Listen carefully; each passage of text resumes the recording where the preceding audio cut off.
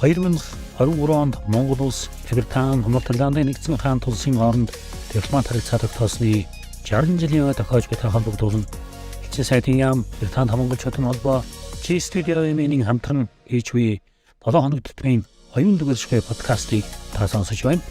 Подкастын зорилго нь Британи улсад ажиллаж амьдарч буй үеийн монголчуудын төлөөлөл, Монголтой холбоотой томилогдын үйл ажиллагаа явуулдаг Британи иргэдийн төлөөлөлтэй ярилцаж тэдний мэддэг төрөлхөөс үзэгч сонсогчтойгоо хуваалцах болно.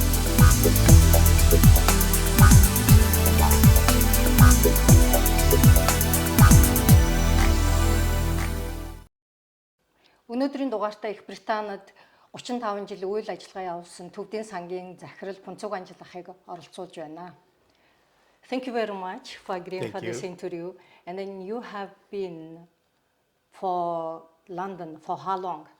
London now 50 years. 50 years. Yeah. But before you were in Mongolia, and Mongolia and Tibet has had long relationship for centuries. Yes. When your relationship with Mongolia started? 1974. First Third Asian Buddhist Conference in Delhi, 1974. I participated. I was there to organize the meeting of His Holiness the Dalai Lama and Russian and Mongolian Khenpo Lamas. That was my first meeting. And then I went to Mongolia in 1974, and that was my first visit. And how long did you stay in Mongolia? I stayed for 1 month, and during which I visited Ganden, obviously, and then I visited various libraries and the countryside, and a lot of exchange with the Ganden Monastery and the Ministry of Education.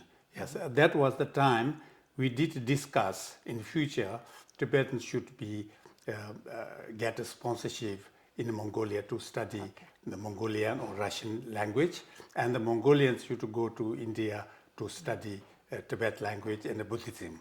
And so that was my initial visit to Mongolia. But I read in a book written by Professor Tumur Togo, who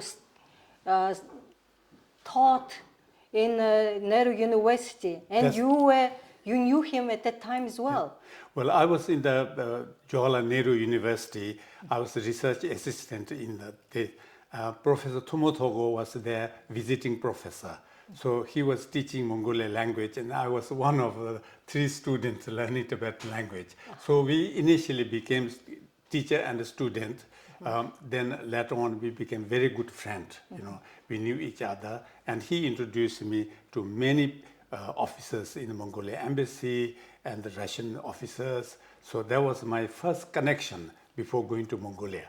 Okay, and then you finished your studies and you started working, and then through the Switzerland, and you came to London.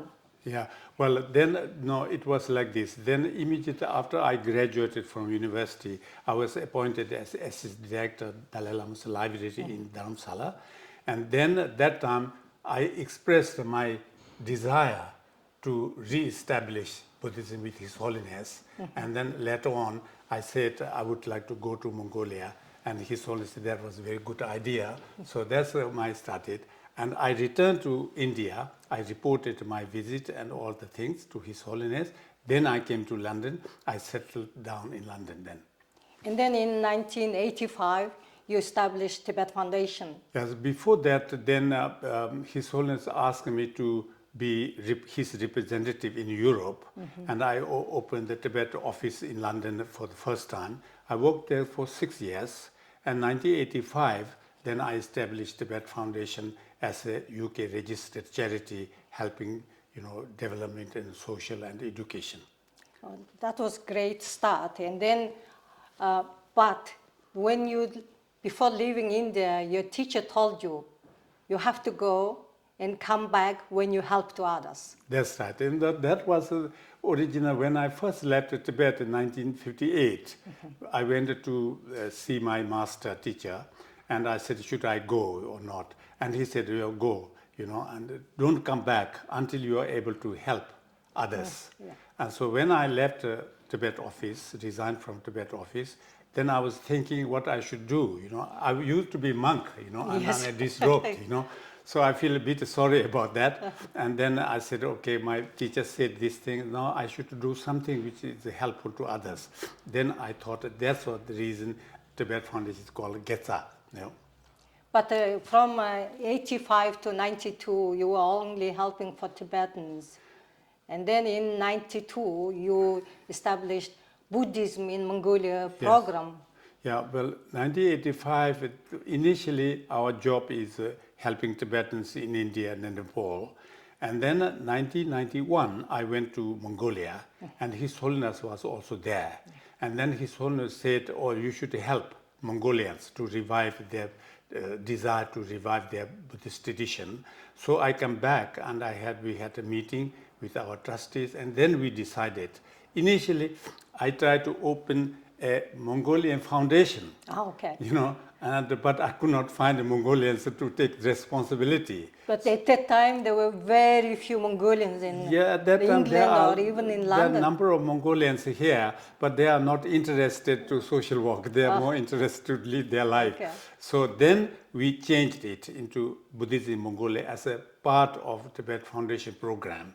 And then I sent 1974 Sue Byrne to Mongolia to find out to organize a program, and that was the beginning of it.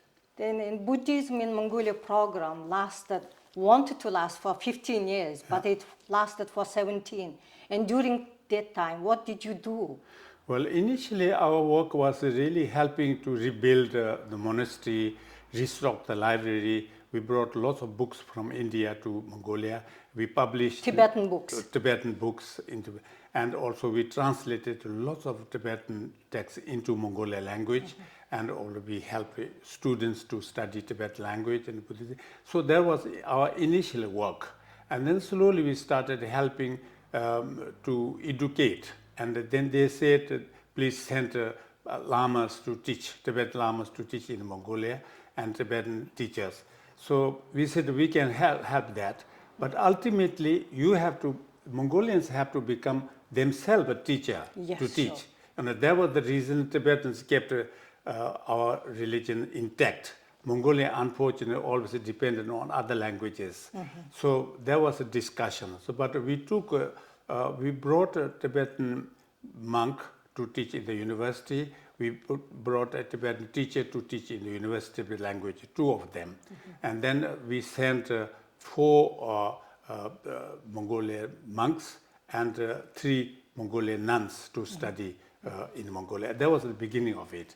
Then ultimately we said, okay, if you are willing to send this, I will talk with the Department of Education in Dharamsala, Tibetan Department of Education, and jointly then we'll send. So I promised to sponsor 120 Mongolians to study in India for maximum of 15 years. Yeah, because the Tibetan students, it's not like normal students, you study 2 or 3 or 5 years. No. It takes But the reason the 15 years is in the Gelugpa tradition, it takes 15 years, minimum 15 years to finish Geshe. But in Sakya and Kagyu tradition, they are a bit different. So it's a bit different. So that's why we said 15 years the maximum, so that the people, if they want to continue to stay, they can then finish Geshe degree. But ultimately it went till 17 years. We went on to 2001, I think. Then we closed it. And thank you for these students whom you sponsored. And many of them became scholars, and then they're contributing still now for the revival of Buddhism, and they're bringing lots of research to the international field about the Buddhism and how it evolved during these years. That's correct. That's correct. Initially when I first went there, there's hardly any Mongolian who could speak. We could not communicate, in language. Only some lamas can write in Tibetan, and then we communicate. But now, after our sponsorship, now you go to Mongolia, there are many Mongolian lamas who could speak Tibetan language, who can teach, and they establish their own temples, their own monasteries, and now is very good. Yes, we are very happy about that. That project was very successful. Yeah. And another project which was very successful is that Tibet Foundation, collaborating with the Ministry of Education, printed Buddhist books for the primary, secondary, and university students. Yeah.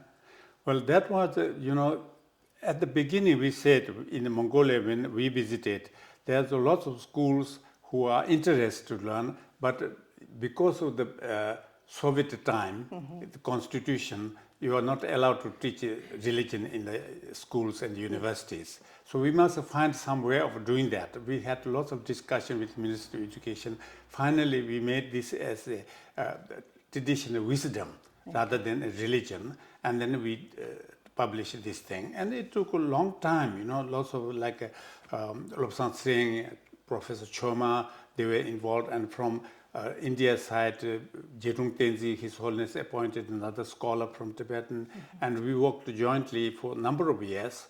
Final draft, then we, Oshibata, the minister came to Delhi, and we presented to His Holiness, and he approved, and then that was, we published it. And how many copies did you publish? I think we gave money. The publication was done by the Ministry of Education. As far as I can remember, it's tens of thousands of copies. And they said they distributed all the secondary schools and also some universities and other institutes. Free of charge? Free of charge, all of them, yeah. That was another great successful story of the Tibet Foundation. Oh yes, that was wonderful. I think, children's education is very important. Yes. And after 1 year, 2 years, we went back and tried to find out. And many, even the parents, villages, they were very appreciative. Some of them said, this is a golden book. Before, we said, learn Buddhism, but don't know what is Buddhism. Now, we can also learn through this book what Buddhism is, when we do prostration, what it means, when we pray, what it means. So they are very appreciative. Because everything before that was in Tibetan, and like ordinary Mongolians didn't understand. And through that book, it was distributed to the schools and from the school, and because of the children, even parents were appreciated your work. Yes, that's absolutely correct, yes. And I would like to ask you another big project which was done, the Mongolian Buddhist art. Yeah. It's another very big project. This idea actually came when I first went to Mongolia in 1971, I think. That time I met your father, and also future Prime Minister Engpaya. Yeah. They were all there. That time they were saying that we have in Mongolia lots of Buddhist literature, arts, objects in the museums, but they are not recorded.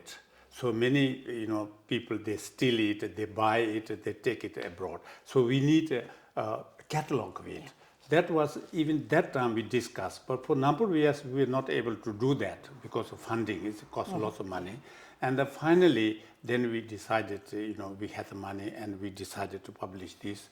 And then, from Mongolian side, the Cultural Heritage Center was the main person they took. And then from London, we sent our scholars, and then they published this one, yes. And then how long does it take to I think it took another 4 years. 4 years. It took 4 years, because it is lots of process. First photographs, then identification. Before that there was nothing. No description. All of them are, when you say Buddha, all of them. Yes. But then we translated this thing in the Mongolian language, the Tibetan, and then English, and in some even in Chinese. So then each and all the things are identified. What Buddha is significance. There was a wonderful book, for future.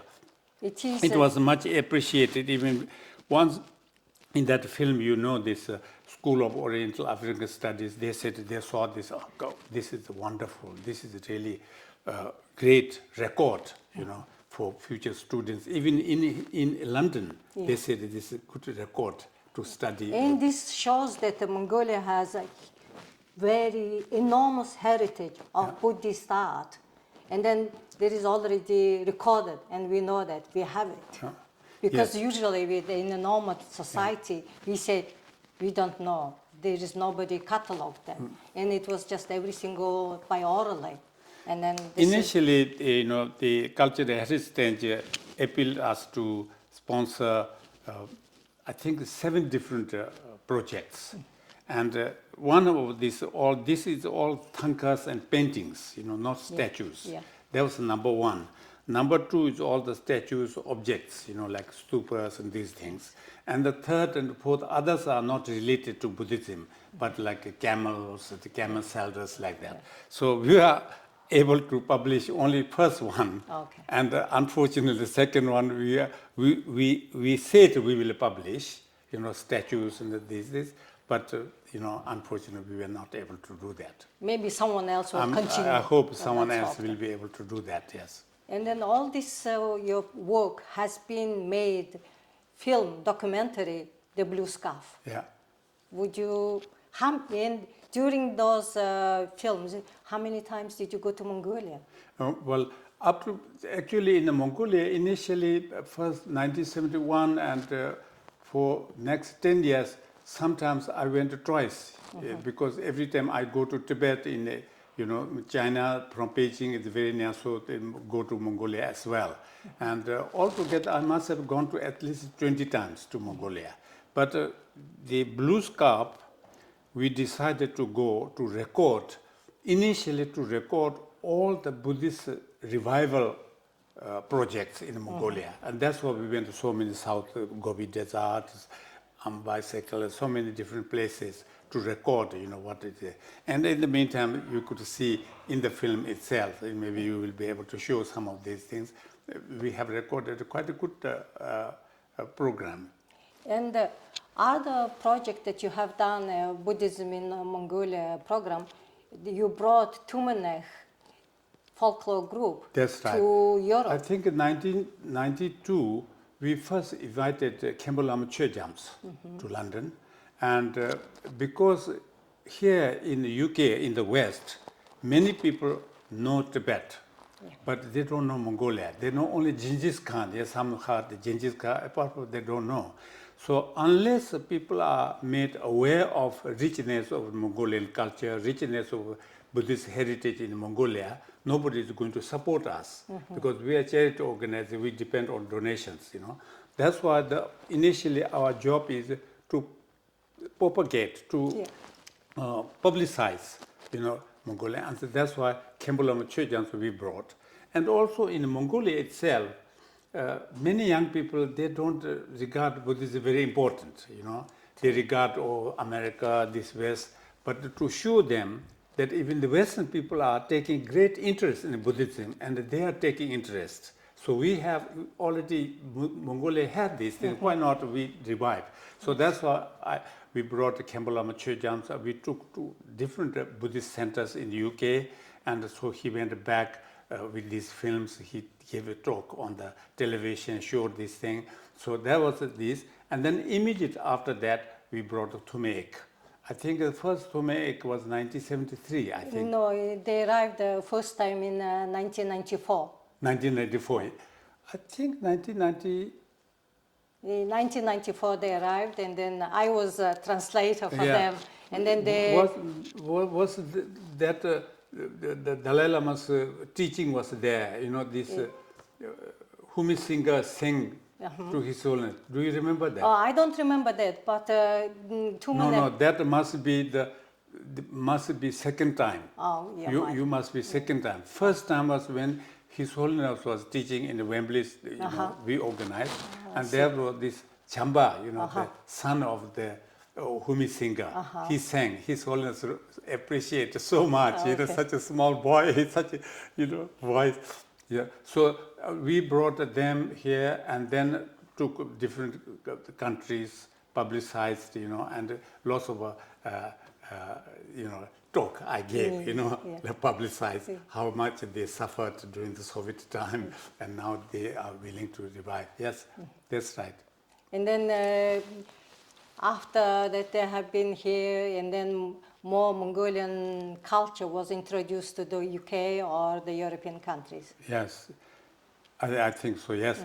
Yes, there was initially, yes, that publicity helped a lot, then we had lots of people supporting Mongolian program, and our fundraising went up, and then we were able to do all these bigger projects. Yes, another project was locating Mongolian temples and monasteries as well. Yes, that's right.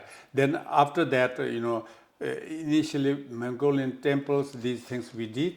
After that, Suban, that time our program manager, she had lots of experience, and she continued to work with UNESCO and to do another big project. The Mongolian community is much bigger than in the beginning of the 90s. What kind of help do you want from them? No, I think now I just retired, I don't do anything. But I think what the Mongolians want to do, initial idea has to come from them. Like say, we want to do this, we want to do that. And then how to go about it, then I may be able to help by advising. That's exactly what we did. We never went to Mongolian to tell you should do this and that. But what you want, we asked. We wanted Buddhism revive. We wanted Tibetan lamas. Then okay, we said we do textbooks, we sent lamas, we trained them. So that is, I think, if Mongolians here, big community, because I have never participated in their program, because never be in their organization. But if they have interest, there are lots of scholars in the School of Oriental Affairs Studies, Tibetan scholars. They should invite, Tibetan scholars. They, if they ask me, I will tell them how to go about it. You have experience running the charity. What I can tell is how to do it, and that is exactly what His Holiness said, that Mongolia is an independent country. They have embassy all over the world, but we are refugee, but we may be able to, we are able to know more, explain how to deal with the Western people, so help it. So that's exactly, how to go about it, through my experience, I may be able to tell, but I can't do anymore. I'm 81 years old. It's too old to do anything. But with your experience, you can help them. Yes, I will be happy to help them how to go about it, what to do. I think the main thing is they should first have interest in doing this, Unless they have interest, then it's like a force, like you should do this, you should do. They will not do it. They should be made understand. That initially when I went to Mongolian University, one reason why we took Tibetan teacher is that when I went there, and some of the young students, they were studying Tibetan, and I asked them, why you are studying Tibetan language? And they said, in our history was glorious time at the time. And that time they had this Buddhism, they studied Tibetan, So I want to do. I was very impressed. That's how they should feel, So, their tradition, they were great at that time. Now we are not great. So how we should build it, Yeah, and I wanted to ask another question about this book. And there is a name of Lau Demchek is there. Did he go to India to study in Tibetan schools? Well, I think Lakwa Tamchi went to India. That was before us. He went to study to Banaras, Sanskrit University, I think he studied and came back. But we knew, because we need Mongolian scholars who speak English or Tibetan language, And Lobsang Singh, Choma, they don't speak Tibetan language, they don't speak English. So that's why Lakwa Tamchi was quite helpful, helping. Okay. Thank you so much. And I hope you manage to fulfill your master's comeback when you can help. Yes, I hope so. Yes. Okay, thank you very much for the interview. Thank you. you.